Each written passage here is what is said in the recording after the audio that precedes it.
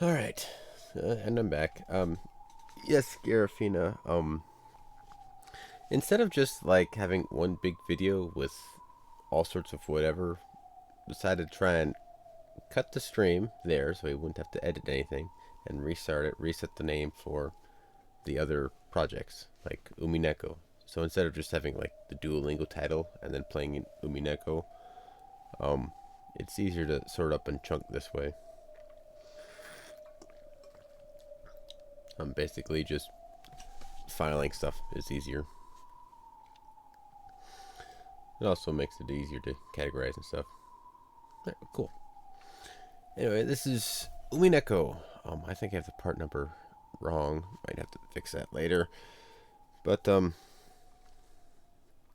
Umineko, yes, it's I don't know why, but apparently it's been troublesome getting some of this stuff going. All right, so where did we leave off? And then oh yeah, it was Erica was showing off her grand intelligence by completely dominating everybody in a children's logic book. Which I have one here in case you guys would like to try it out. Maybe I'll like showcase some of it on Sunday or something. And there was a big old puzzle with the cheese. Like, how can you cut cheese into 8 pieces with as few strokes as possible, cuts as possible? Battler came up with one by folding the cheese, as opposed to us plebeians who only thought of a big old circle of cheese, cut, put it on top, and then have another cut for a total of 3 is the normal answer. Though because the question was vague, you have free reign to abuse it to no end. I guess. Anywho, we last left off where they walking by the portrait, and I think Erica was about to make a comment. But we'll see where we go. And this is also Battler's game, so people may die, but probably much less so than the other games. And then, when there were none left standing in the front of the portrait, a gold butterfly appeared. It expanded out into a golden splash, becoming a human form. Oh, he's just gonna have Beatrice just pop right in. In the hall, empty now that the children had left, Beato stood alone and silent, looking up at her own portrait.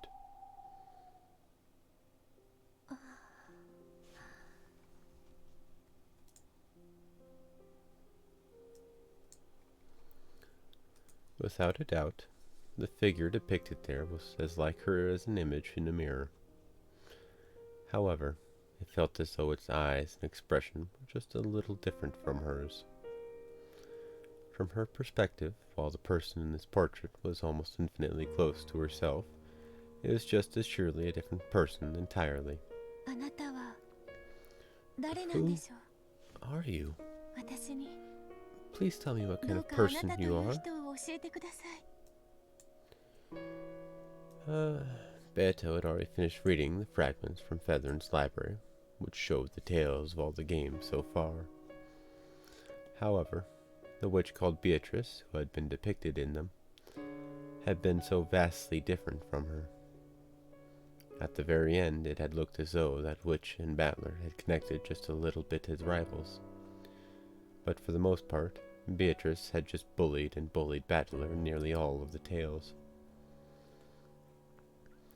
Even though this was about her, she had no idea why Beatrice had tormented Battler so much when she had supposedly been born for Battler's sake. All she had learned from Feathern's library was that the former Beato was a completely different person who defied understanding. Well, ain't that right? What happened to you? I am an egg of you. A chick. Beato chick. Your wing should have existed for father's sake. Just when did you have one of those torn off and end up so drastically different? She had listened to the conversation Battler and the others had just been having. Beatrice can't handle scorpion charms? Beatrice can't deal with spider webs? She would have wanted to touch either of those by choice, but it wasn't as though anything terrible would happen if she did. Was being perfectly fine when around those proof that she wasn't Beatrice? Even though this involved her own self, she didn't understand at all. So she quietly gazed into her own eyes on the portrait. It felt as though the truth hid behind those eyes.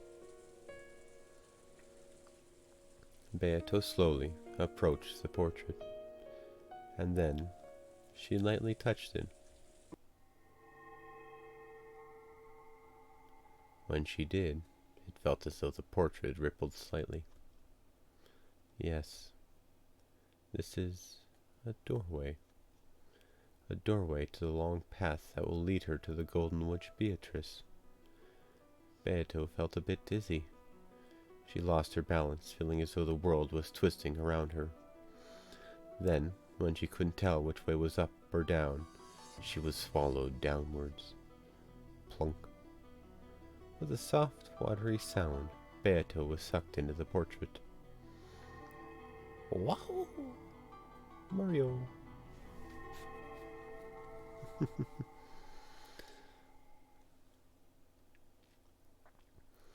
The world inside the portrait was pitch black. However, there was nothing unsettling about it. It was a comfortable darkness, like when you put your head under the covers in bed at night. Beato realized this was a world inside herself. So, despite the darkness, she felt a warm embrace. As long as she asked for nothing, this world would ask nothing of her. But she couldn't remain like this. She didn't want to spend eternity inside the darkness of this world. Yes, I need to hatch out of my egg. This darkness is the shell surrounding the gold butterfly called Beatrice. I will be born for father's sake. I will be born to live for father's sake and to serve him. She took her goal, her reason for being born, and put it into words. As if in response to those words, the seal on the shell began to melt away. Cracks appeared in the darkness, and a brilliant light enveloped the world.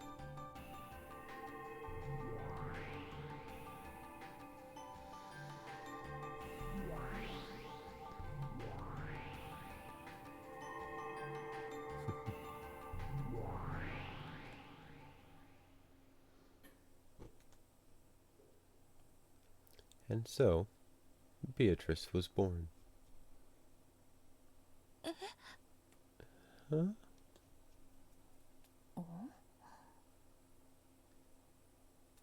Alrighty. There I stood, along with another me. For a second, I thought that the me in front of me was the real Beatrice, the one I wanted to be more like. However, she was looking back at me with the same bewildered eyes, so I realized that wasn't quite it.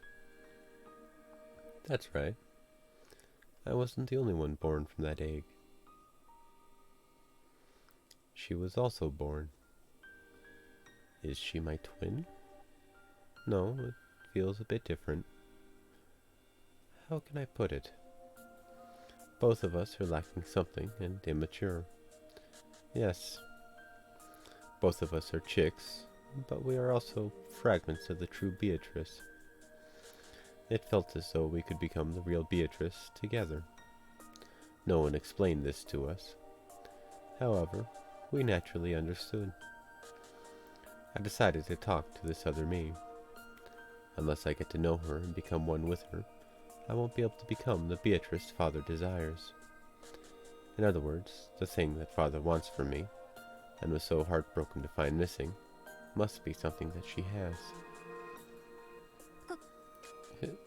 Hello? Konnichiwa?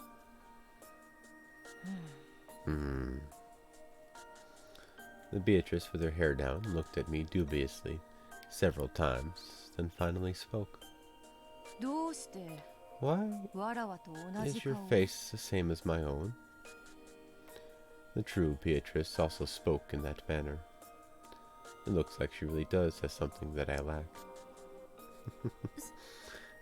It is a good style. Well, I don't know why either. I am the Golden Witch Beatrice. And you are? I am also Beatrice. I was born for the purpose of serving Ushiromiya Battler. I am the Golden Witch and the ruler of Rakanjima's night. I know of Ushiromiya Battler, but I have trouble imagining why I should have to serve a brat like him. Yeah, interesting. Well, Japanese do like schoolgirls, so I guess that would work. I realized that the thought I'd had a second ago must have been true. Together, we really can become the true Beatrice. Though the person in front of me does have the part that makes her a witch, which I lack. She does not possess the mission to live for Ushiromiya Battler's sake. She has what I do not, and I'm sure I have something she does not. We must be two, and yet one single person. I think we're something like twins. No, that is not so. You are my little sister.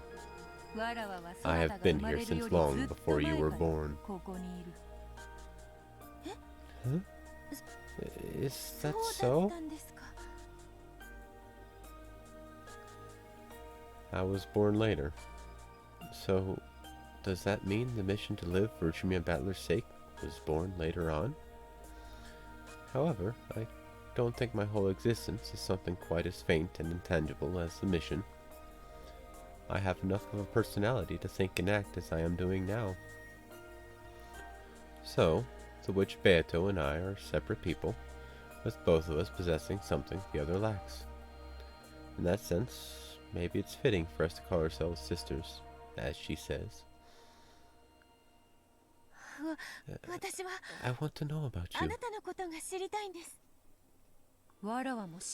I also wish to know. I understand that you are also me. Why is it that you speak that way? And why must you serve Battler? Until we grow to understand this, it seems both of us will remain immature. I want to become a complete Beatrice. Until you were born, I was complete. However, now that you have appeared, I believe that accepting you is my fate. I also wish to know about you. The witch Beato's tone was very slightly arrogant, which fitted her self-proclaimed status as the older sister. However, since we both realized that we were the same person, there was no need for her to be a bully. She probably realized that after meeting me. Her current form was no longer her real self. Where are we? Is this the hall of the mansion? Oh. Beato gasped. Her portrait wasn't there. Did that mean this was at least 2 years in the past? Precisely. This is the hall of the Ushiromiya mansion. The night is my time, and the nighttime mansion is mine as well. That fool Kinzo is still so desperate to catch me or revive me.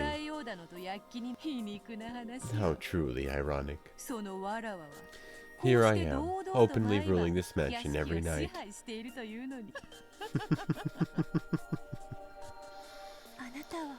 So, what do you do here?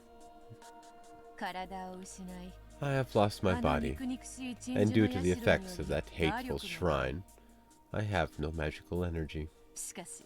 However, my power is reviving bit by bit every day. I can't wait to eventually undergo a spectacular resurrection and have a good laugh at Kinzo. I can't wait to tell him that I've succeeded in escaping from his cage. Simply put, I'm a ghost killing time by wandering around night after night, with nothing to look forward to besides teaching that old man a lesson. May I join you? Of course. After all, you are a part of me. How could the left hand refuse the company of the right? Why should I refuse? I shall be pleased to have you, my little sister, the new Beatrice. Thank you very much. Oh, One-sama? A somewhat embarrassing name, but it is not bad.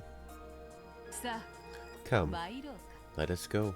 Let us take a walk through the nighttime mansion. Let me introduce you to my boring everyday life.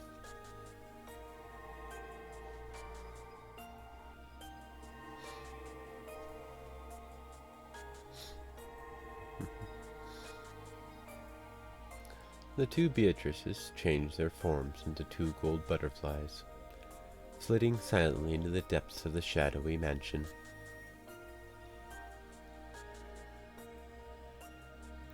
Umineko no Nakukoro ni Chiro, Nocturne of Truths and Illusions. Interesting.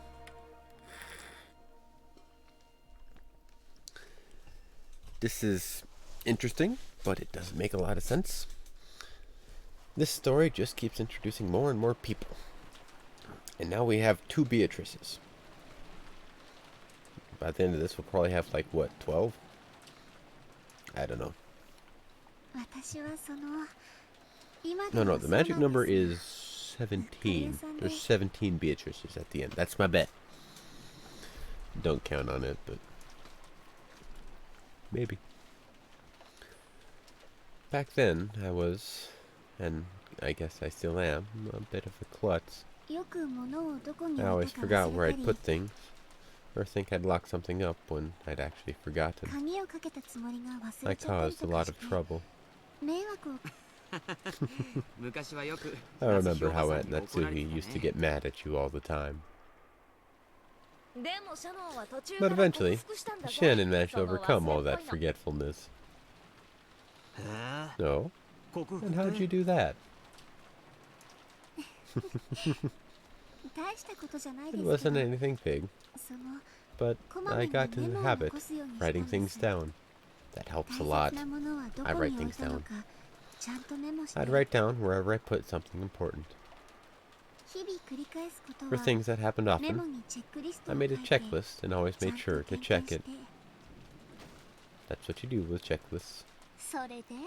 So, did you see Beatrice, or didn't you? Oh, I didn't see her directly, but, well, some very strange things did happen. She was talking about a certain summer night. Shannon had been doing the nightly rounds. From her perspective, it was a ghost story. From the witch's perspective, it was just a story of a little summer's night prank. Oh boy. Prank time? From a witch?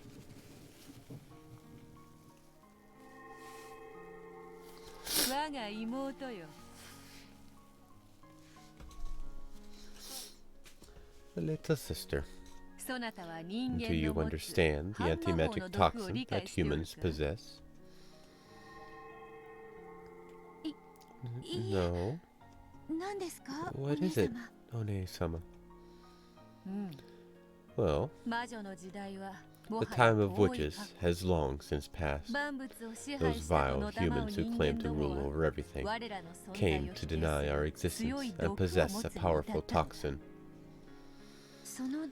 Is that toxin harmful to us? It is extremely dangerous. If we were exposed to it, our forms would probably evaporate in an instant. However, one thing we do have in our favor is the fact that our existence is still extremely weak. Because of that, the toxin does not affect us greatly. At worst, it can only transform us into mist for a time. However, we'd rather avoid it if we can, right? Correct? Yes, I see that you are indeed me. You catch on quickly. The older sister appeared to be haughty at first, but perhaps because she was so happy to have met her double and little sister, she was more than willing to teach her anything she wanted to know. The first thing she taught was that they were witches, a different type of being than humans. Beato had thought her inability to use magic meant she wasn't a witch, but apparently she was still a witch nonetheless. And she learned that witches like her were bound by various limitations, unlike humans. The greatest of those restrictions was the anti-magic toxin possessed by humans. So, in other words, we mustn't enter a human's field of vision. Correct. You can think of it as though human eyes radiate the toxin. If they see you, it's the same as your body being burnt. And though the effect is weaker, being heard or sensed can also result in contact with the toxin. So, even just getting close to humans is dangerous to us. Wasn't Father a human? Why am I not burnt by Father's toxin? If we stock up magical power and have it acknowledged by humans, that toxin can be reduced drastically. In other words, by having our existence acknowledged by humans, we make them lose their toxin, making it possible for us to appear before them once more. I see. Simply put, as we are now, we can only exist when humans aren't around. We are still very lacking in magical power, which makes us inferior to even a stray cat hiding from humans in the shadows. The main goal of the older sister was to gain a large supply of magical power and be revived as a great witch strong enough to have no fear of the anti-magic toxin. For that purpose, she had wandered around the mansion night after night, striving to regain her magical power and reduce the anti-magic power of the humans. The powerful previous Beatrice, whom she had read about in Featherin's library, had appeared openly in front of humans and had even toyed with them at will. According to her big sister, such a level of power was most impressive. To think that a witch would appear openly before humans and use magic at will. A witch like that would be so great that even I can hardly imagine it. Is that what we will eventually become? Yes. She was like a witch from a picture book, appearing openly before the humans of the mansion and summoning magic and underlings at will. How inspiring. If that is our future, it means that all of our hard work will have been worth the effort. That's right. Anyway, One-sama, how is that goal connected to going around unlocking windows like this? It was the middle of the night.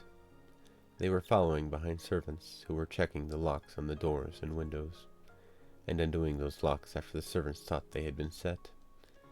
It felt more like a child's prank than the work of a witch. This is the path that leads to becoming a great witch. All journeys begin with a single step. To those who cannot understand, that first step may look quite foolish from time to time. However, it is still a momentous first step. With pride, as though making the first step for mankind on the surface of the moon, the older sister undid the lock on a window with a click.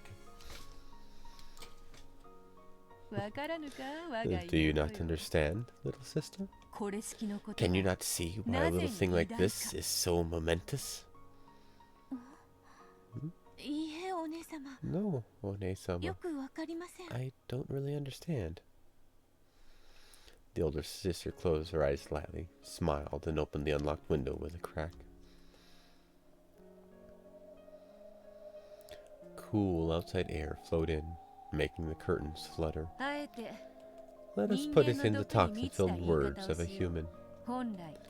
We are not supposed to exist on this island. I shall go further. Right now, there is no one in this corridor.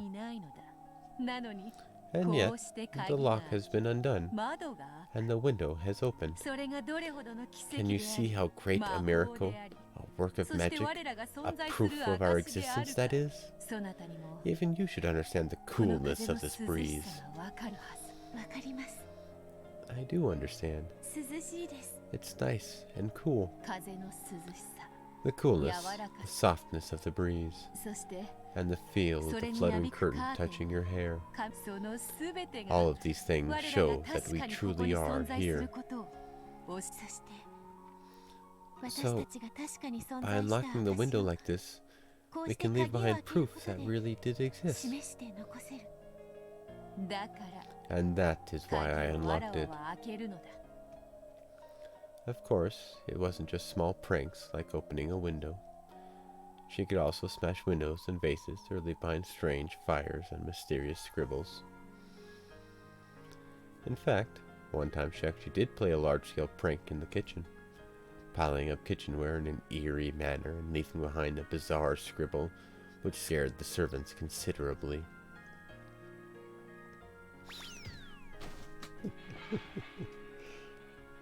It was a complete success. She'd really managed to scare the servants and had succeeded in making them acknowledge the existence of magic, weakening the anti-magic toxin. However, she usually chose to make her presence known by unlocking windows. The act of unlocking symbolized her release from the limitations imposed by the human's toxin. One day, I will, no, we will become a single witch and rule over all of Rockenshima. When that time comes, we will gain complete freedom and will be capable of stretching our wings as we please. We won't have to be afraid of anyone's gaze anymore. We'll be able to fly wherever we wish, disappear whenever we want, laugh however we like, prank however we like, talk with anyone we want to. Humans might ask things of us from time to time. They might fight with us, or play with us too. What wonderful things for us frail creatures, who cannot appear before anyone, to look forward to. Right now, they are little more than pranks. However, as they pile up, proof that we exist will begin to gather. The servants already call me the witch, Beatrice, master of the night, and are beginning to believe in me, bit by bit. The more they believe, the more those humans will lose their anti-magic toxin. I see. So, this means that Father has no anti-magic toxin. And that's because he truly believes in the existence of the witch I am, without any doubts. I finally realized that, though I thought him to be cold, Father does possess a kindness that can't be seen. I'd like to become a great witch and appear in front of everyone soon. Indeed. Eventually, we will be able to appear openly in front of anyone. By doing that repeatedly, we shall make people believe in us even more, and eventually, we shall display even our magic for all to see. At that time, we shall descend upon Rakanjima as the great witch you told me of.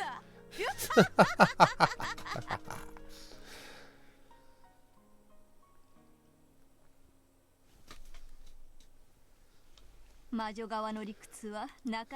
logic of the witch side is quite interesting. It keeps me entertained. Alright, give me a sec. Let me check out the profile. Oh, there she is. Beatrice, the elder sister. A mysterious witch who existed even before the rules. She has the same name as Beato, but she wasn't given the goal of devoting herself to Battler, the final version of the witch sealed away by Kinzo. She spends her days pulling small pranks and clearing away the magic-resisting toxin, all for the sake of her resurrection. She is similar to the evil spirits of Akujikishima in many ways, such as her fear of spiderwebs. She is the one who gave Shannon the golden butterfly brooch. And then there's simply Beatrice.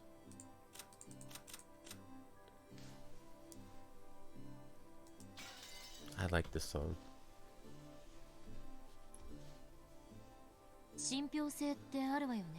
It does sound credible, in a way. When humans are frightened to hear that they've entered the ghost hotspot, they're likely to start yelling, "Ghost! Ghost!" at the drop of a hat. That's right. At a fundamental level, all phenomena are neutral, indifferent, and dull. If you want them to be viewed in a certain way, you must first create a suitable environment. If a person has charisma, people will interpret what they do in a positive way, even when they screw up. I see. I guess in that sense, the Beato's small efforts aren't misguided. If it was just the mansion's lock being undone, everything could be resolved by saying that someone forgot to lock up and that it was some kind of prank. However, the rumors of a witch wandering about the mansion, night after night, slowly began to take shape as the existence of the witch. An environment was established so that, if anything strange happened in the mansion at night, it would all be viewed as the work of the witch. I get it. If you follow that reasoning to an extreme, then what you get is no different from a witch existing in the mansion at night.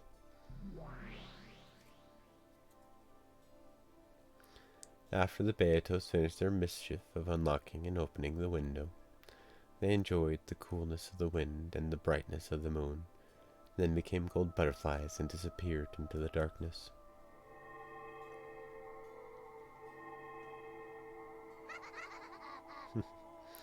There is no way of knowing whether the window they had opened had actually been opened by them. The servants might have forgotten to lock up, or one of the family might have opened it after the servants had locked up and forgotten to shut it again. Or maybe someone had played a prank. In the same way that none of those possibilities could be denied, it was also impossible to deny the possibility that a witch really had opened a window to enjoy the night breeze.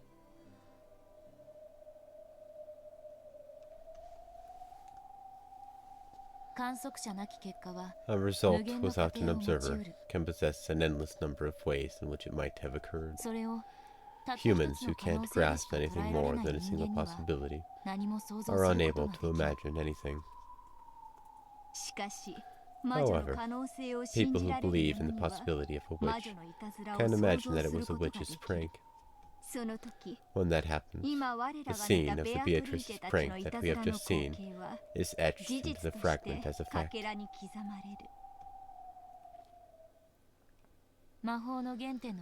That's one of the foundations of magic, embellishing the process.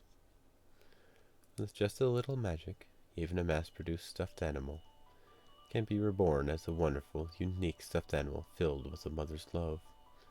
If you doubt it, it'll be burnt by the anti-magic toxin. If you believe it, that magic will become the truth. 魔法のすべてが悪いわけじゃない。 Not all magic is bad. マリアお姉ちゃんの言う通り Maria Honei-chan was right. いい魔法だって。 Good magic exists too. 邪悪なる魔法を退ける力 It も may be 人の子 necessary に for は a 必要 child だ。 of man to possess the power to repel evil magic. しかし However, 愛ある魔法を refusing 焼い to て burn 汚さ away ぬ and こと defile の love-filled magic 人の世 is の part 愛 of how love in the human world works. ま、許せるの Well, はいい魔法だ good けど magic is the only kind I can forgive. それ以外はすべて For all other 否定 kinds, して焼 the き尽く best すに remedy 限る is to わ。 deny them and burn them away. 人の子らしい A 答えだ。 typical answer for a child of man. 話を戻すわ。 Getting back to the point, ここまででわかることはやはり knowing this much, 六軒島の I 夜 guess の this 支 means 配 that 者 the と呼ば ghost れた Beatrice, 亡霊 who ベ is アト called リ the ーチェ ruler は of 存在 Akonjima's しない night, ということだわ。 doesn't really exist. 夜の屋敷で起こる不可解な現象の It's 総 nothing 称 more に過 than ぎ a ない。 general term for any inexplicable occurrences that take place in the mansion after dark. すなわちベアト In リー other チェとは words, 人物名で Beatrice は isn't な the く name of a 現象 person, 名に過ぎないのよ。 it's the name of a phenomenon. If anything bizarre happens, it all becomes the work of the Golden Witch. That environment in which a witch could exist is what Beatrice is. それが累積して That keeps building on itself 1986年に至 until る。 we reach 1986. これこそが真犯 This 人 is が the かぶって veil いる that the ベー true ルなのよ。 culprit is hiding behind. そして And the そ person れを hiding かぶってい behind る it のは is, 紛れもな without く a doubt, 人 a 間の誰 human. かだわ。この魔女たちの過去物語の時点 Perhaps で that は holds true at そう this も point 断 in the 言で witch's きない。 tale of the past. しかし However, その論法だけで I doubt you can use that argument alone 1986 to 年を fight 戦 all い the way 抜 through けるとは思えぬぞ。 don't you?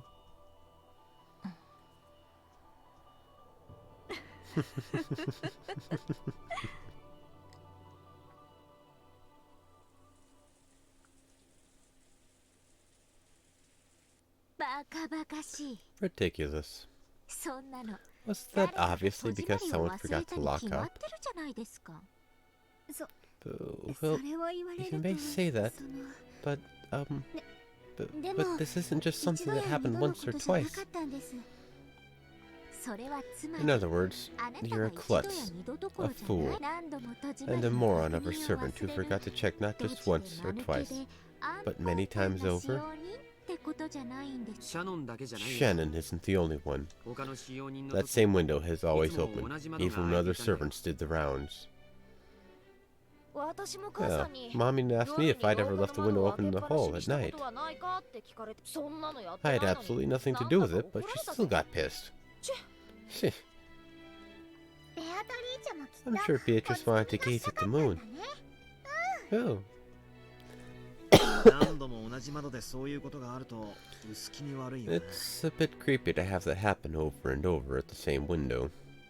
それに And that time when the kitchenware was piled up in the kitchen, 不気味 with な a 魔法 creepy 陣だけ magic の circle 落書き scribbled があった there. のは Sounds even more freaky.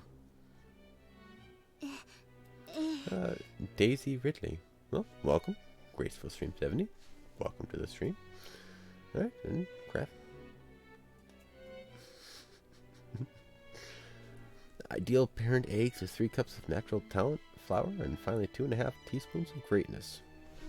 I am great. Somewhat, I guess.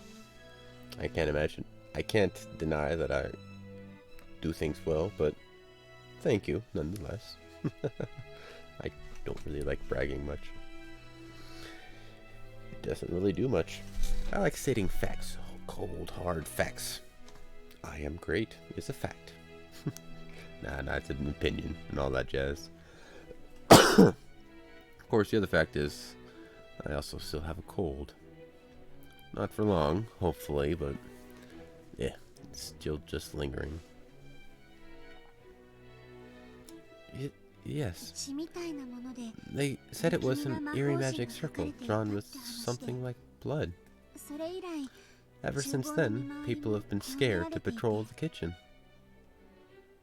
その厨房の不気味な About the 魔法 case of the 陣 eerie 事件 magic circle in the kitchen. 目撃者は誰ですか？ Who witnessed that? え Well, 私じゃない wasn't です。 me. 私はその I, I think I heard about it from a servant kid who quit. I wasn't on duty that day. So, it's basically like this. Just like those exaggerated stories you hear about haunted locations all over the world, you servants like to have a little fun telling ghost stories about the nighttime mansion, right? You talk as though the witch exists and infect others with that belief.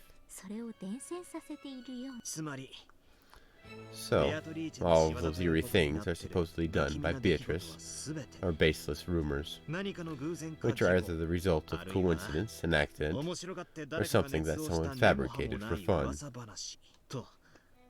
Is that what you're trying to say? Exactly? Good. Of course there's no way Beatrice exists. Beatrice exists. I'm glad you understand so well, Battler-san. There's probably some person by that name, or else multiple persons of a fixed or unfixed number, who do things and attribute it to that name. However, this delusion of the Golden Witch Beatrice that we're all thinking of is completely impossible. Oh. Beatrice exists. I've met her. Oh, could you tell me about that in detail? You met Beatrice? And did she show you magic or something? Oh, I see her all the time. Every time I come to Rockinjima. And she always shows me fun magic.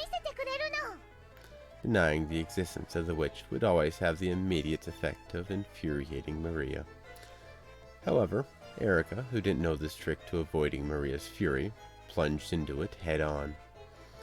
But no matter how Maria tried to sell the idea of Beatrice's existence, she stood no chance of defeating the ruthlessly intelligent Erica in an argument. George and Jessica hurriedly tried to calm Maria down, but there could be no quelling her anger at this point. Good deal? So, she showed you magic? Could you explain in detail what kind of magic? She would always use magic to give me candy as a present. Beato can create candy with magic. She just took it out of her pocket, didn't she? No, she didn't. It was magic. It was incredible. Tons of candies poured out of an empty cup. Wow, that's some awesome magic. That's right. That really would be magic. Yeah, it was magic. It really was empty. I checked inside it myself. Huh? What do you mean you checked inside it?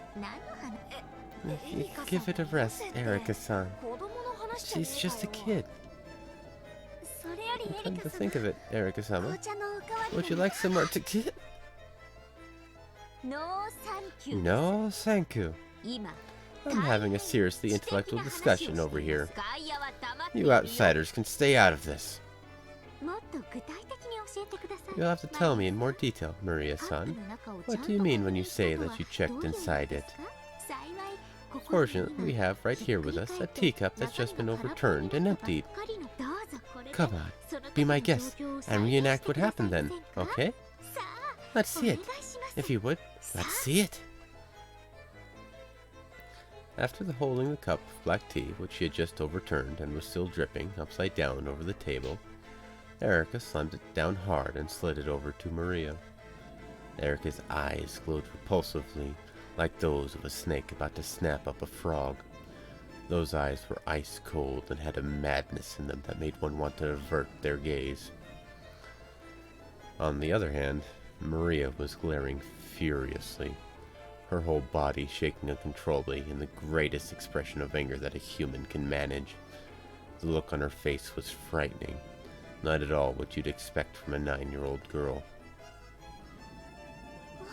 Stop it, both of you. Okay, Beatrice took the empty cup, and then she did this. She put it upside down on the table. Yeah, And then what? Did she lift it up right away? And candies flowed out? Incredible. That really would be magic, right? It would be. Battler and the others tried to get between the two and calm them down, but it was no use. They violently pushed aside the others, and, glaring at each other from so close that their foreheads banged together, they repeatedly slammed the upside-down cup on the table. The sound of their foreheads banging together and the cup being slapped down shattered the barrier between reality and illusion.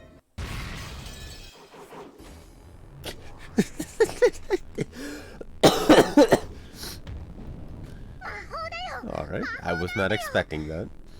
It is magic. It is magic. Beato used magic to make candies appear. Then why don't you reproduce it for us? Founder of Marriott Sorcerer, Maria, the Witch of Origins.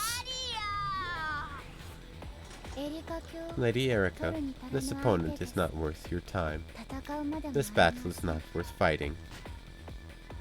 Shut up, murder doll. Okay. How do you claim that the overturned cup was filled with candies? Just turning the cup over won't make candies come out. Because you have to use magic.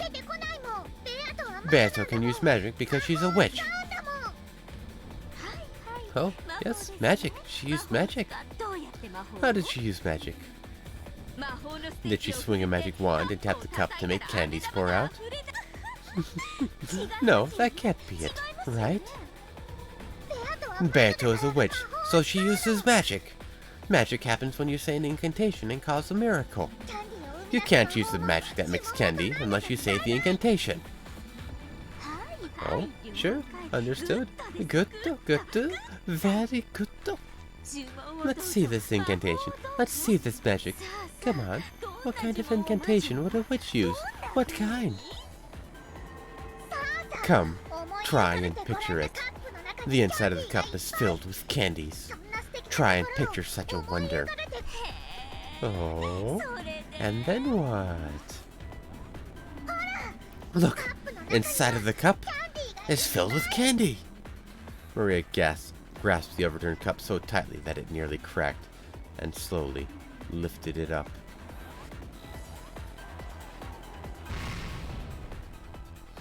Then, from the inside, several cute candies poured out. Maria looked at Erica with a full smile as to say, "That showed you." Good. And this is what you'd like to call Beatrice's magic, is it? Delano? Beat her to death.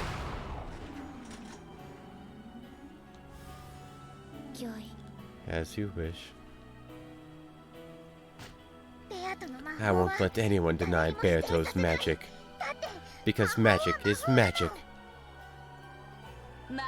Magic is impossible. You might be telling a lie about something that never happened.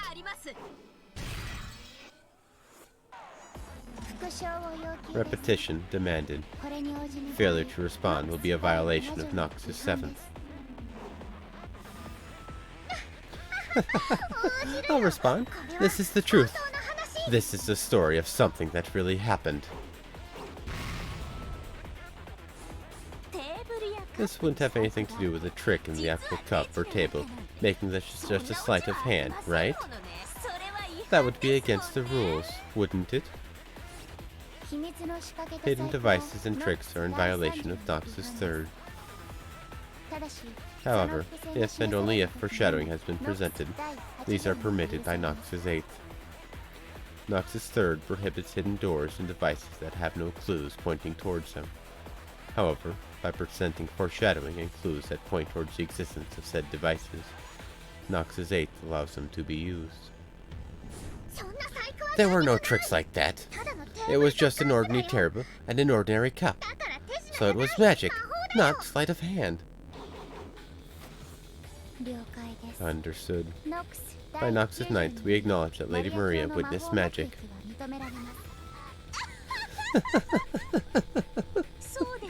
That's right. With the 9th, at least. Observers are always allowed to speak their personal opinions. Otherwise, mysteries where the culprit is seen dressed up as a woman, and it's written, "I saw a woman," would all be disqualified. Sure, that's fine. Claim that you saw magic all you want. All truths are nothing more than claims. So, I'll make a different claim and see straight through your little truth. That's the detective's duty, and where we shine the most. There's nothing to see through. This is magic. Since it is magic, only witches can use it, right? That's right, only witches can use it. So, if a human like me could use it too, that would mean it isn't magic, right? You can't use it! Only Beto can use magic. Gutta? Then why don't I show you? I'll make candy appear from out of this empty cup. If you think you can, just try. Impossible, impossible. Useless, useless. There's no way a human could do it. Then please, please, please just relax and watch. Here we have an empty cup. Is that okay? It is, isn't it? Then we turn it over on the table, like this.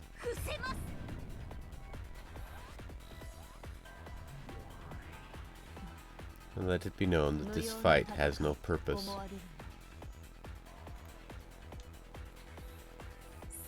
Okay, can you say the incantation for creating candies? In fact, why don't we say it together? Come, try and picture it. The inside of the cup is filled with candy. Try and picture such a wonder. Stop! Maria-san, why did you close your eyes when you said the incantation? Why not witness the miracle of magic? Humans are polluted by the anti-magic toxin. If a lowly human saw it, the miracle of magic would be wiped out of existence. That's why the rules say that lonely humans have to close their eyes when using magic. I see, I see. Okay. I understand the protocol for humans to follow when magic's being used.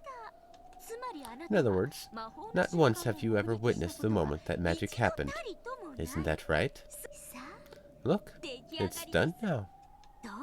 Please, try and lift up the cup, okay? After all, I've used magic to make candies appear. There's no way someone who makes fun of witches could use candy magic. Then if it actually does work, it'd be pretty amazing, huh?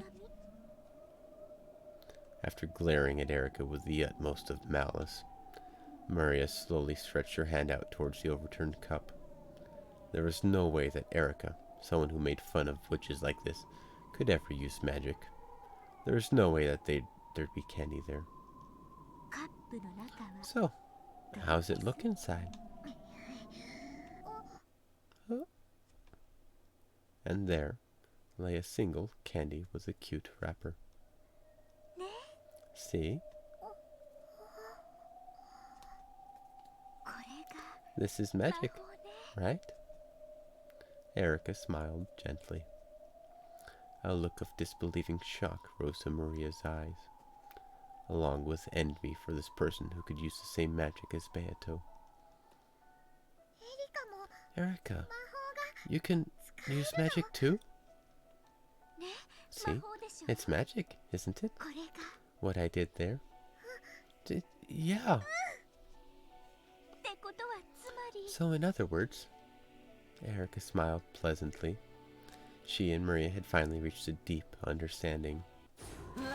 Of course it isn't. While you had your eyes closed, I just lifted the cup up and tossed a candy in. You call that magic? That's just a third-rate trick. There's my blue truth as the detective. Now, as the Witch of Truth, here's my red truth. Your so-called candy magic is nothing more than a sleight of hand. Just a sleight of hand that the fake witch calling herself Beatrice or whatever claimed was magic. I mean, seriously, did you really get fooled by such a stupid parlor trick? Any magic related by your perspective can't be trusted at all. Everything you ever thought was magic was just a trick that you didn't get. There's no way that was magic. There's no way magic exists.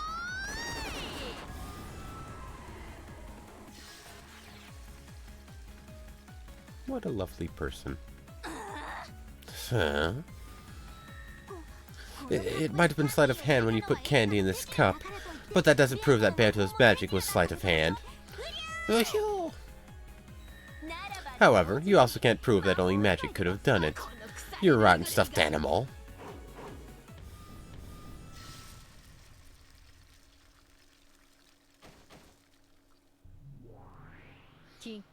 Please, allow me to speak. Know that this is a meaningless battle. You goddamn scraps of paper. Why'd you have to butt in at the good part? That is enough. Lady Maria has been shown that the candy cup magic could possibly be a trick that she misunderstood to be magic. Therefore, her claim that it was magic is dismissed. However, it might really have been magic when Maria saw it. Just because it can be done by sleight of hand doesn't disprove magic. Well done, Lady Erika. Congratulations on crushing Lady Maria's illusion of the witch. An illusion of the witch occurs when someone tries to force the acknowledgement of magic by claiming that a thing would be impossible without it. It's how witches launch an attack. If someone's able to successfully argue back and show that it would be possible without magic, the illusion of the witch is defeated, and the witch must retreat. The magic Maria claimed to have seen could have been a trick, so it was unqualified to be acknowledged as magic. However, that was only the result of this battle. It was still too early to bring the fight into the domain of denying Beatrice, the witch, and the magic that Maria believed in.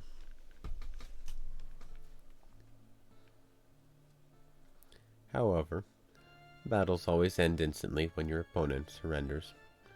Erika had wanted to hit Maria with everything at once, defiling the witch and magic she'd believe in, and crushing it without a fragment of compassion. Just one more step and I'd have been able to take a heart as innocent as smooth sand, just after a wave has pulled back, and tear it to bits. What a shame. This isn't any fun anymore. Are you satisfied now? Erika grumpily punched Eleanor's arm that had been restraining her. However, that cold, hard, marble-like arm just made Erika's hand hurt.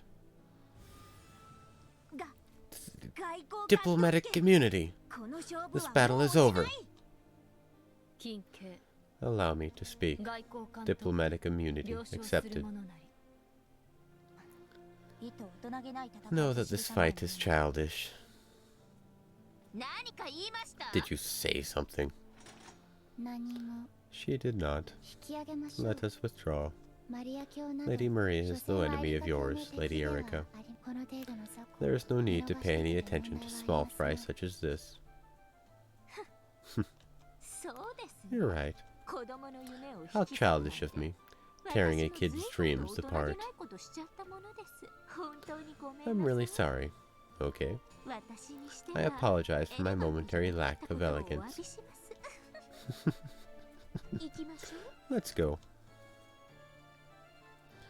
Erika and the others turned their backs on Maria, who was still crouching down limply.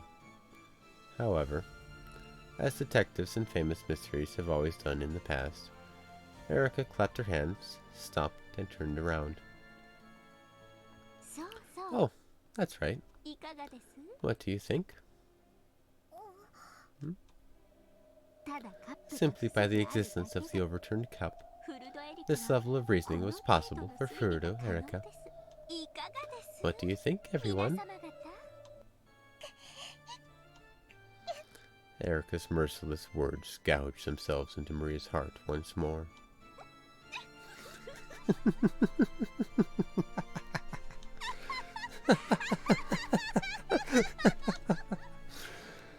Erica left, leaving an evil laugh behind her.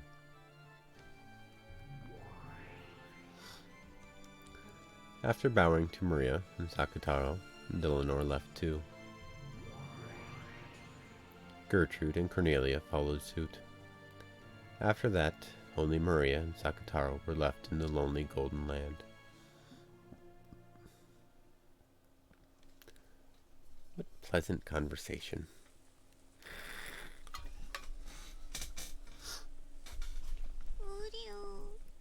Uryu. Beato is a witch. Uryu. Beato is a witch. It was magic. It was magic. It was magic. Beato used magic to give you candy. You don't need to doubt that. Uryu. Please believe in Beato. You know that magic can't bear fruit unless you believe.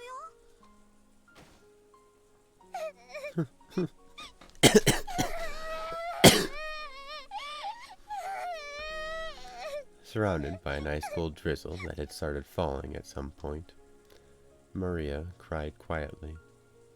Trying to at least protect her from the rain, Sakataro used his large sleeves to cover Maria's head, and stayed there by her side.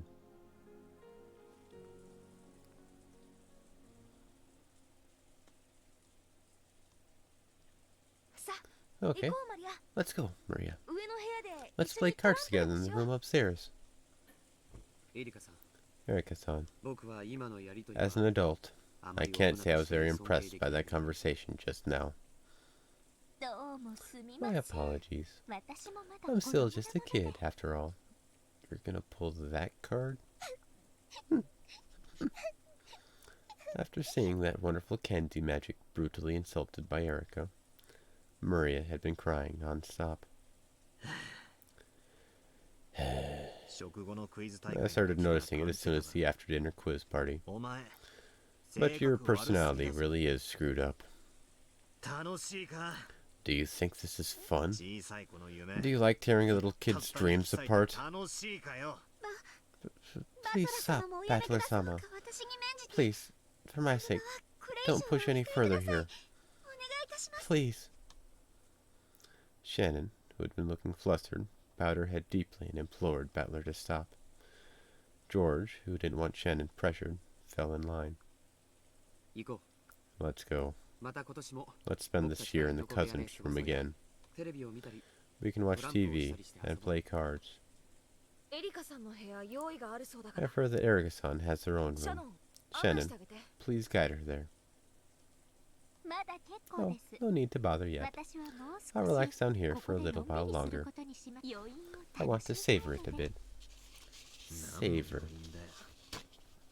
What the hell are you trying to savor?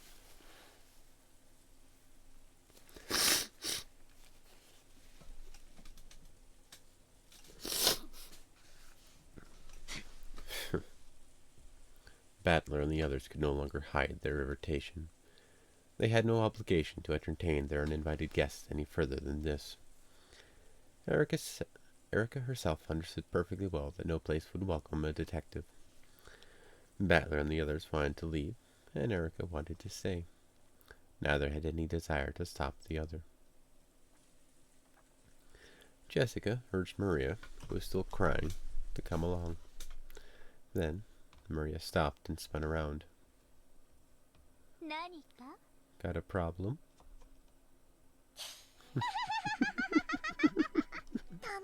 They do exist here and there. Humans who are practically lumps of the toxin and don't believe in magic. There were lots of boys like you in my class. They don't believe in witches, or magic, or miracles, or happiness. You can't become a witch if you let the toxin of people like that burn you to ashes. I may not look it, but I'm Beatrice's disciple. I'm the apprentice witch of origins.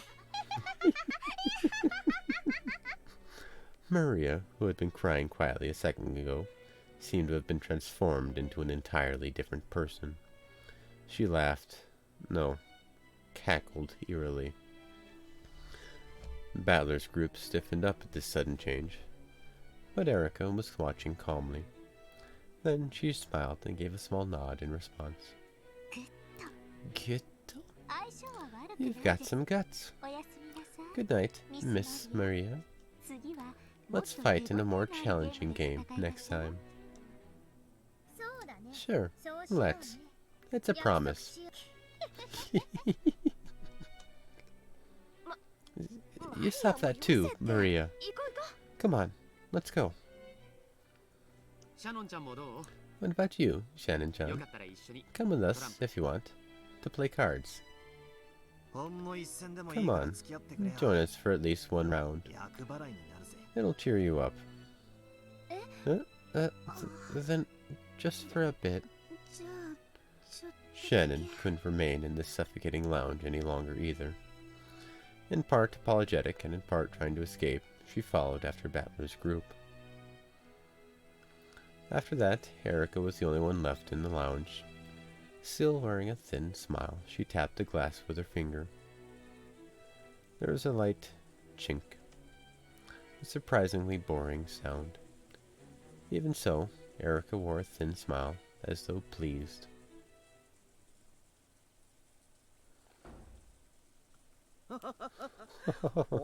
Sorry to keep you waiting. I was just in the bath. Oh, where is everyone? You just missed them. They went up to the second floor. I'm the one who called you here. I've heard that you know a lot about the story of Okujikishima and the tale of the Witch of the Forest. Yes, well...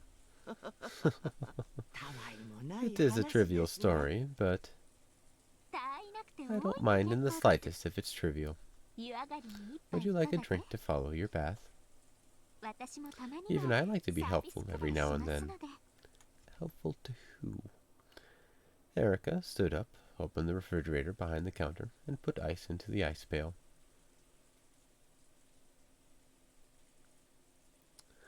Umineko no Nakukoro Nichiro, Nocturne of Truth and Illusions.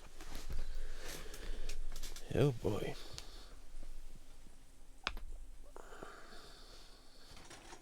Well, that was an entirely pointless battle.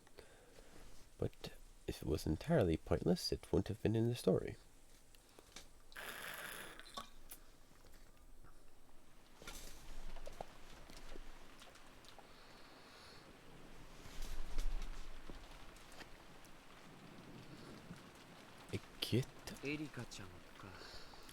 Erika-chan, huh? She's an odd kid. Somehow I just can't seem to get along well with the young kids these days. You're still pretty young yourself, George-san. I guess it's because I've always been the oldest of the cousins. It's always made me feel like I'm not one of the young ones anymore. I actually know that feeling. I was an only kid. For like 7 years, I was an only child, and then I had a cousin. And then they progressively got more and more. But I had a big difference between my age and the younger kids. She's speaking English. In the Japanese audio, you can hear Japanese, and then when she goes, Gita, that's her actually speaking English. It's generally considered a alternate language. Yeah, it's a shorthand way of saying this is translated from another language. And they say, "Hola, señor. How are you doing today?" Hola, da da da da da. It's that little bit was in English. Yeah. Yeah, that's. Yeah. So yeah, I can't really voice it other than saying it different, like "Gutta," a nice night, good morning to you, son, stuff like that. But if you listen, and the audio is actually loud enough for you to hear, you can pick it out. George and Shannon could be seen standing in the rainy rose garden. Verste. Though the rain was still pouring down, there was hardly any wind at all.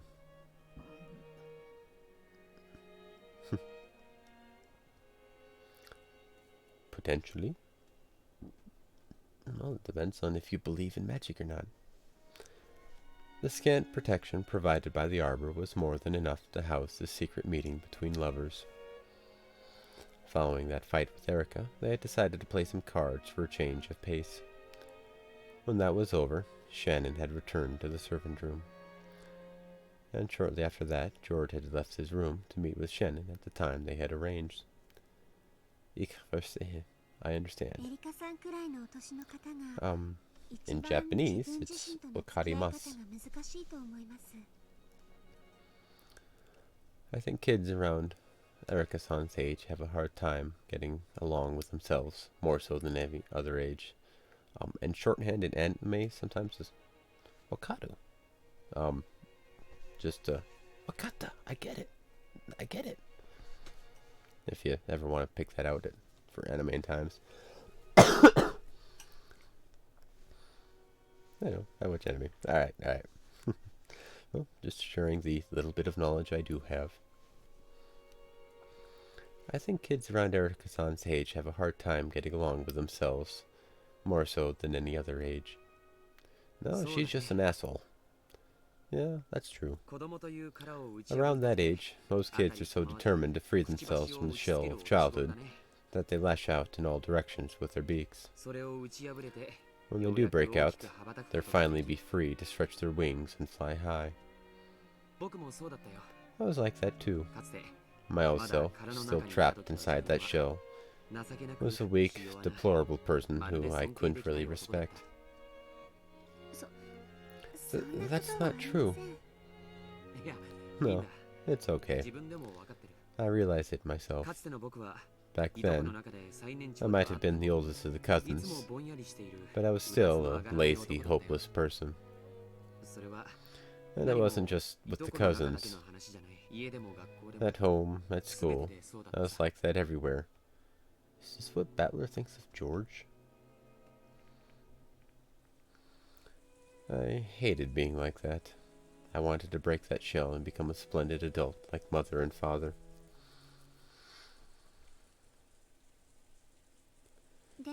But in the end, you did break out of that shell, George-sama. Every time I've met you these past 2 years, you've grown beyond recognition. Thank you. Did something cause you to make up your mind? To break out of my shell? Yes. I can't imagine that you grew so rapidly, like a butterfly breaking out of its cocoon, by just wandering around aimlessly. I thought there must have been some turning point that made you become so determined. I fell in love with you and grew thanks to the power of love, is what I've told you so far. But the truth is, the turning point was a much more negative emotion. No way. It's hard to believe that someone who's always as bright and cheerful as you could have negative emotions. Generally, I find it's actually the opposite. Someone who's really, truly bright and cheery has oftentimes gone through very dark things. I speak a bit from experience. Well, my parents brought me up to treat women with care, and I thought that I'd managed to live my life that way. Yes, I think you're wonderful, a real gentleman. But I'm not, actually. I didn't know how to interact with the opposite sex.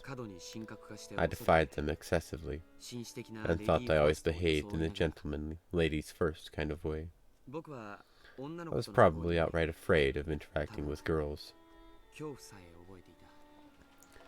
Of course, George had wanted to be around girls as much as any healthy boy might. However, he didn't know how to interact with them.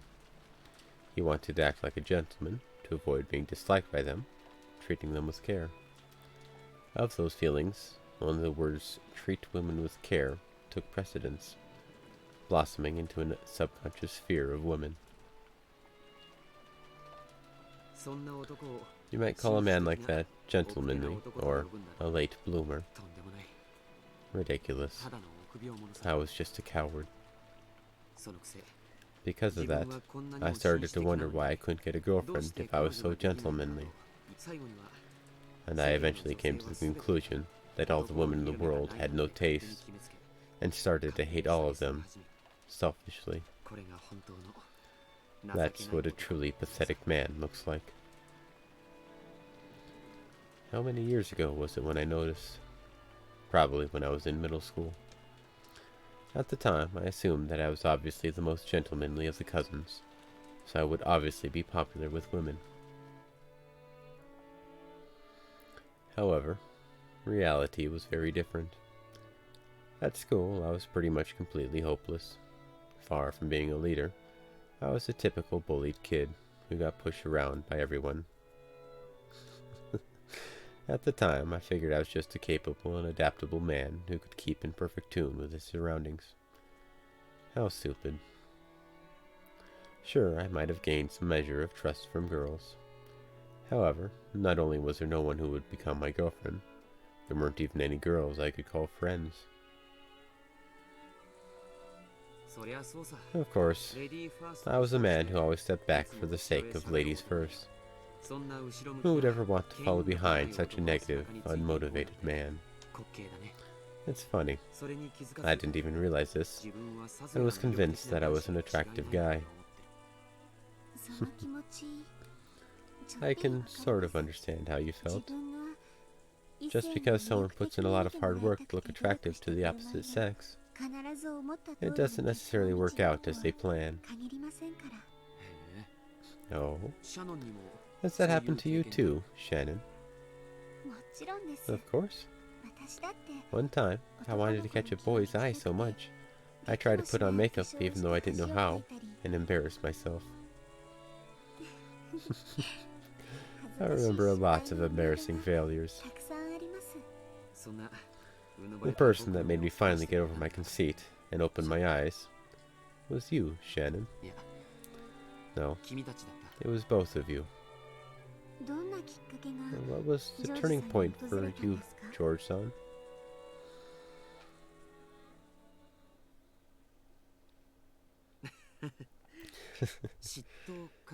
Envy, probably. That's unexpected. But envy over what? I saw you and Battler-kun having a really good time talking.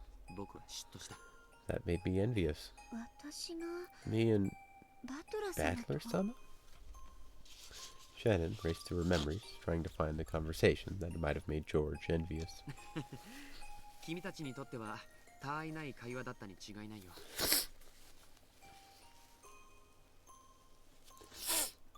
It probably seemed trivial to you two. However, it still made me envious. I don't want Battler to hear what I say next, no matter what. Can you promise me? Of course. This is Battler's game. It's going to be a shameful confession. Still, I want you to hear it. I want to hear your answer tonight, only after I've told you about my bad sides as well.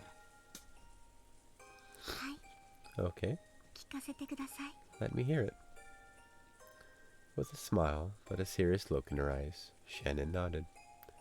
Tonight, she knew what he was going to ask her tonight. George had the right to confess before asking that sacred question, and Shannon had the obligation to listen. Shannon understood this, so she listened quietly.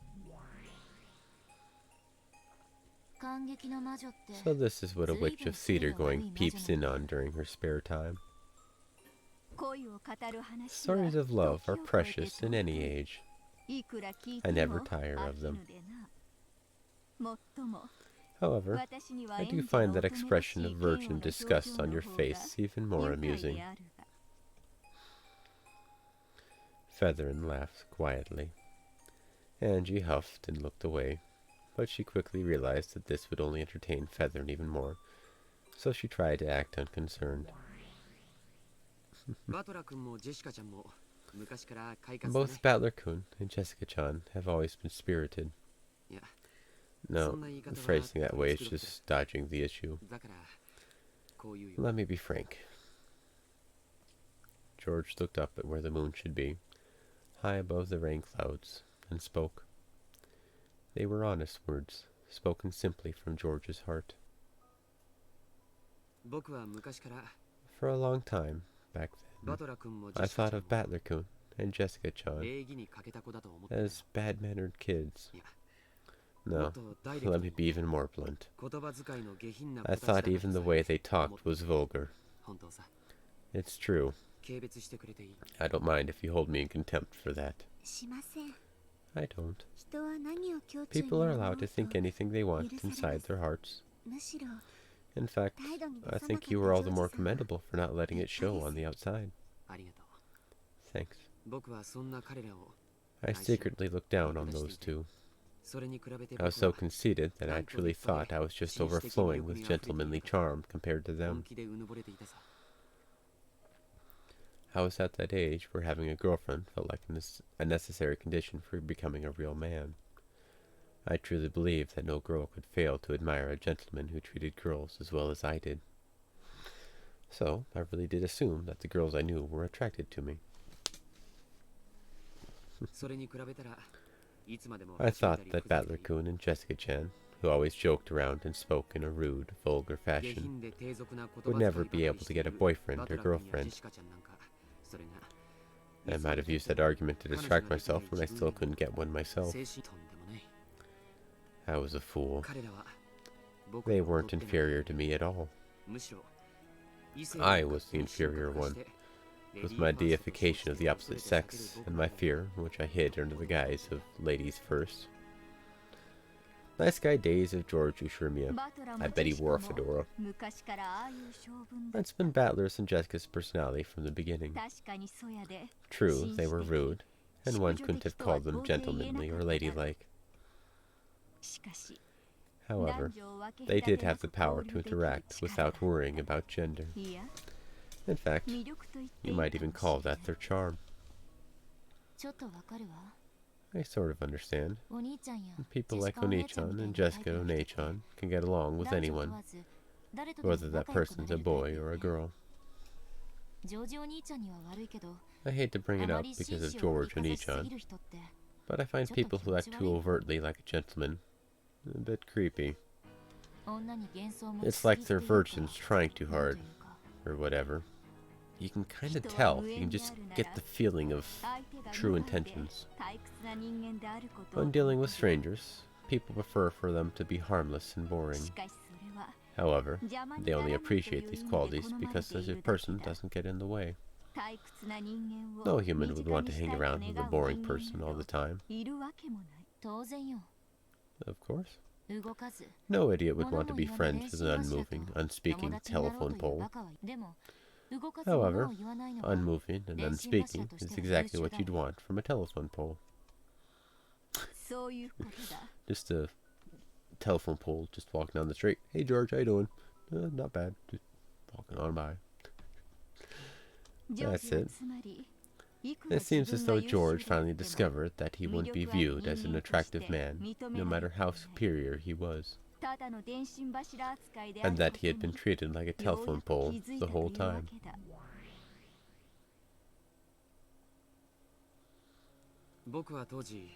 Back then, my conceit was at its peak. So, when everyone gathered at the family conference, I believed that I was the most attractive, and that all the servant girls who played with us loved having me there. On that day, I finally realized how pathetic I was.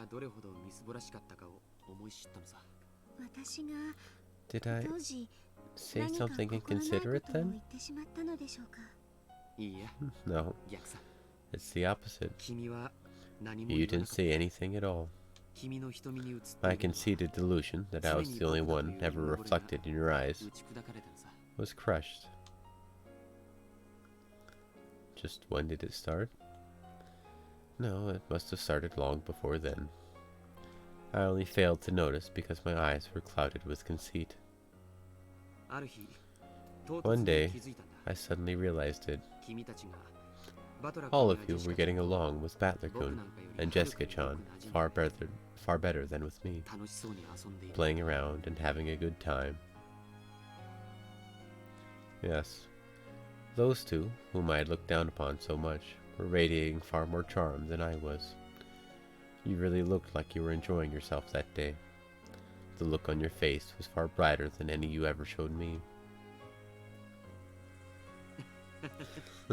気色悪い話 It's さ。 sickening, isn't it? 僕は君を I just assumed that you liked 僕 me, に好意を持ってると決めつけ、ひょっとしたら and even had some childish fantasy that we might end up dating. 青それを勝手に I 恋人を one-sidedly 奪われ felt て as though my しまった girlfriend had been stolen from me, に気づいた。 and let myself feel hurt. どこまでも僕は I was such a pathetic man. その時 That's when I finally realized how foolish I'd 自 been. 分の愚かさに気づけたんだ。 George-sama. その後、 After バトラ that, 君はいろいろあって stuff happened, and Battler-kun stopped coming to the family conferences. ルドルフおじさんから But I heard about him from time to time from Uncle Rudolph. おじさんも He's a pretty funny guy. バトラ君とあんなにいつも喧嘩 Even though を we して got いる in のに fights with Battler-kun all the バトラ time, 君の近況を he always paid close attention to what his son was up to. そうですね。 That's true. 私も聞かせて He もらっ spoke た to me ことがあ about り it ま as す。 well. アスム様も I 呆れ think ておられ even ましたっ I け。 think even Asumu-sama was exasperated by it. 学校では She thought all his popularity with the girls at school and the unceasing trouble this caused must have been because of Rudolph-sama's blood. そしてジェシカちゃん And Jessica-chan, too. 男女の友達を I hear 大 she 勢 built up a huge number of い friends, つもその中心 both で boys 活躍 and しているのを girls, 聞いていた and し that she was always right in the middle of things. 実際 When I talked with her myself, I could see that this was no exaggeration. 理解できたよ。 This proved that the two I'd looked down upon were much more attractive human beings than I was. 最初はね、 At バトラ first, 君たちを I tried to imitate those two. 滑稽な話さ。 It was pretty ridiculous. ふざけたりはしゃいだり、 I thought that by joking around and speaking rudely, 彼らのよう I な could 魅 get 力が that same 得られる charm they had. ジョージ様がですか。 You did that? ちょっと想像できま It's せ a ん。 bit hard to picture. 痛々しかったよ。 It was miserable. 僕もあの頃のことは。 I wish I could get that time for the rest of my life. そして、そんな In any event, I quickly realized that I could never become truly attractive by imitating them like that. 僕に魅力がないのは、 The reason I 人 had を no 大事に charm すると称して was because of my cowardice. 場の雰囲気に合わせて Under the 振る舞えると pretense of 称しました respecting people and acting to fit in with the general atmosphere, いつも一歩逃げている I 自 was 分 always running away. 僕はそれを克 I 服する resolved ために myself to overcome that 生ま flaw れ変わる決 and 意 be をして reborn. 初めて自分 I の finally 殻というも understood の the を shell I 理解 was in, それを and I 打ち破ろ swore う to と break out 誓 of ったん it. だその意志がくじけそうに Every time my determination began to あの waver, 日のことを思い出 I'd した remember that day. 君たちが That 僕を day 忘 I れて saw you 楽 two しそうに forget 遊ん about で me いた entirely あの日 and play around happily, そして and the fact that 僕に those 好 eyes 意 of があると yours, 決めつけている which I always assumed were attracted to me, 僕が映っていた never noticed me at all. 誓ったんだよ I made an oath. 今度こそ This time, 本当に君 I を振り wanted 向 to か be せ the one who caught your attention そ for の瞳 real, に the one 僕を reflected 映 in して your いたんだよ eyes. ねそれが That's actually the first thing I felt when I fell in love with you. 一番最初の感情複雑 It sounds like だったん it で was すね。 pretty complicated for you. あの日僕を On 無 that 視して day, 遊んでいた my desire for revenge against the two of you, who had ignored me and played together, no, against you い alone, つの間にか suddenly 本 transformed 当の into 恋 true 心に love. 変わっていったんだしかし However, 神に誓う I swear this to God, それが even though this was the reason I first started to take you seriously, there are no lies in the way I feel about you now. 僕は I swear to love you 生涯愛す for る all my life. しかそれは誰 I will not lie about that for anyone or anything, そして and I am prepared to 君を take you as 妻と my して wife, 迎えるために even if it means having the entire world as my enemy. 世界を敵に回すこと ジョージ George-san. 以上が That's the confession I wanted to make to you beforehand. 僕は今日まで君の Before now, I've called you my first love, 一目惚れだと love at first sight. それは That was a lie. うぬぼれた僕の It was only my selfish, twisted. 関係ないです That doesn't そんな matter. の Shannon smiled, but she spoke forcefully enough to cut through George's words. 初恋じゃなかったら Is there some rule saying that people can't get together just because they weren't each other's first love? 初恋の人を忘れた Is ら it betrayal to forget the first person you fell in love with? 恋って Love そんな単純じゃない isn't that simple. い Well, え単純かも it しれない might be simple. だって After 恋 all, なんて簡単 love is easy.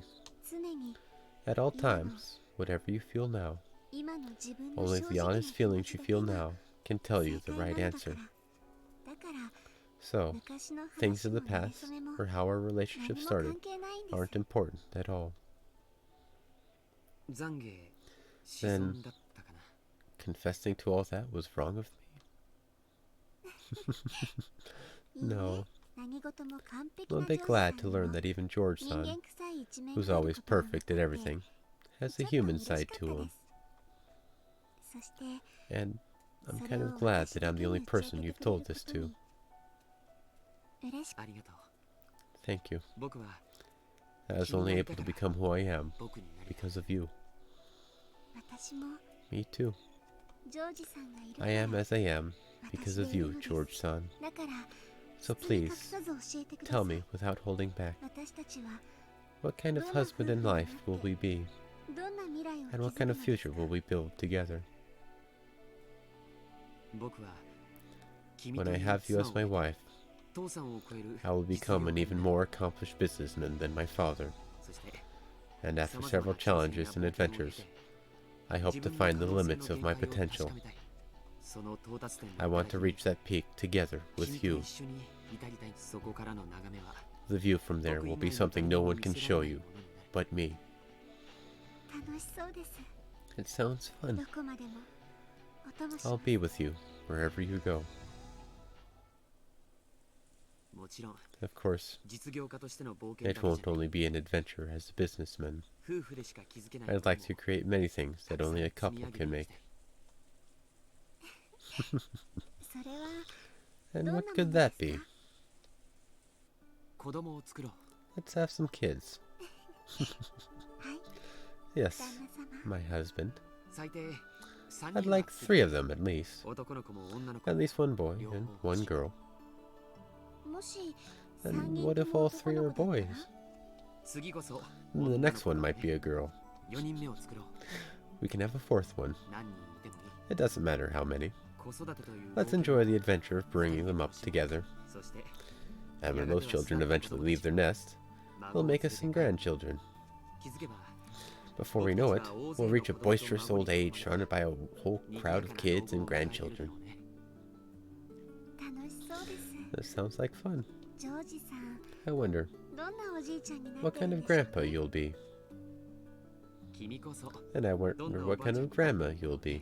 でも However, 僕は君を I will always keep 変わらず愛 loving し you. 続けるよそして And when we 大勢の eventually 家 pass 族に away, 守られながら surrounded by our 王女を vast family, our lives will stretch behind us, 誰 unmatched に by も負け anyone ないものと else's. して描き切られる George didn't just talk about his love of the present. He swore to love her soul until the final moment when the lid of their coffins would be shut. Then George took a small box out of his pocket. Even without opening it, she knew what was inside. He took it out with a motion that was even more natural than the one he'd practiced in the airport bathroom, and it was overflowing with masculine charm. さよ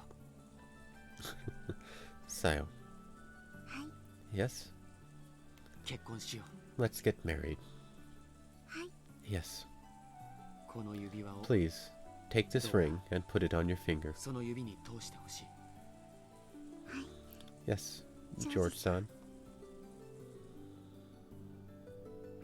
That ring, which glistened divinely even in the dim light of the arbor, passed from George's hand to Shannon's finger.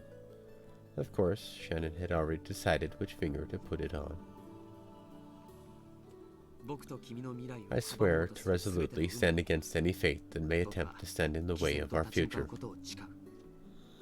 George proclaimed that he would reveal their engagement to the entire family on the next day. My parents might criticize this marriage. However, I will not let them stop us. I'm going to inform them of our engagement, not ask for their permission. If Mother says that she won't allow our marriage, I plan to have myself disinherited and will leave this family together. I have been prepared for that since long ago. I swear once again to resolutely stand against all fates that get in the way of our future. George had said it aloud. So, Shannon said the same thing. Me too. I swear to stand against all fates that get in the way of our future, George-san.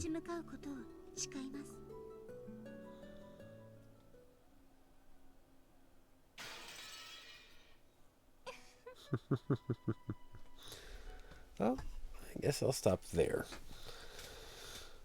But, yeah, when people expect grandchildren from their children, I'm kind of in that boat.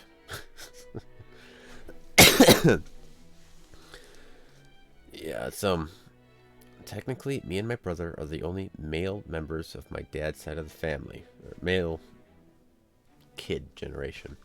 So we are technically the only ones who can carry on the family name, yet we're both still single. So, yeah. And it's weird. This is a weird emotion, but I have a younger sister who's married, a younger cousin who's, I think, a boyfriend, and also has a kid. So, I'm older, but still, other people are doing things before me. I'm not jealous or, like, any bad emotions towards them. It's just weird kind of realizing I'm out of the loop, sort of. I don't know. But yeah, when people expect grandchildren from their children, that's not something to expect. It'll either happen or it won't. You don't need to have kids of any sort. It gets weird and kind of a gray issue, but yeah, that's all sorts of things. But yeah, when George was talking about that feeling of a friend that he thought was real close, going off and just completely ignoring him, I know that feeling. That is a very bad feeling, but it's also a bit of a wake-up call. I've had some wake-up calls of my own. I've also been... I can kind of relate to George and some of the stuff he talked about. Not all of it, but some of it. But one I have related to is realizing that I'm a bit of a boring person. That's you guys have stuck with me because I do interesting things, but me, myself, I'm kind of a boring person. I can talk about the things I do, but not me. I'm kind of an uninteresting person. What do you like? Oh, whatever. Do you like that movie? Sure, I guess. Can you do this? Yeah. There's nothing really dynamic about a lot of what I do. And it's an aspect I'm trying to change for myself. And one of the other things I noticed is he talked about trying to imitate people. That doesn't work. It might help you get a bit of courage or something to get your foot in the door. But don't imitate other people solely to imitate them and try and do what they're doing that'll work with you. What works is doing what you want to do, regardless of what the world works. I picked up belly dance. That really confused my dad, and it's hard to explain to people quickly. Well, it's I know it's there's a lot of aspects that are boring about me that I'd like to change. I think part of that is because part of why I'm boring is I never ventured out. I never tried new things. I never tried stuff because I do appreciate the comment. But when people ask, what'd you do over the summer? Sat at home, played games. Well, have you gone over here? No. Have you tried this? No. Have you done anything? No. So in and of itself, I rarely have stories and things to tell. Not really. It's maybe heavy, but it's no big deal. And so that's realizing that I had a bit of a boring aspect to me caused me to break out of that shell, so to speak. I took up belly dancing. I went to Portland on my own to a hostel with a bunch of other women that I've never seen or heard of to try a different thing.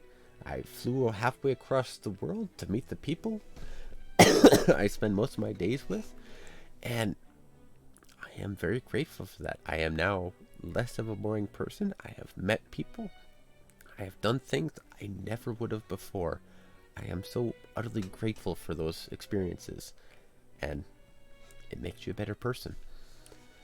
And I wasn't imitating anybody.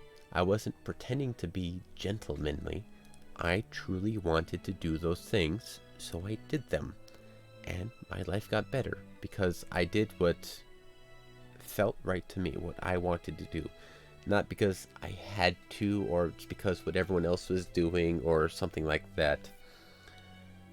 And that's where I'm trying to go more in my life. And one of the reasons I'm trying to look into moving. Because right here, I am appreciative of how I've grown in this place here.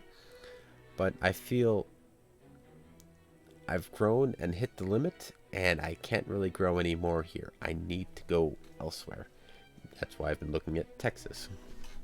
More opportunities, more things to do, more life to live. Anywho, that'll be it for today with Ushimio. Umineko. I was going to say Ushimio Neko, which doesn't quite work, but Umineko. I don't know why I keep mixing those words up. And Erica here is such a lovely person. I would hate her guts if I was around her. Hey. Yeah. Anyway. See you later, guys. I'm off to go sort out internet problems.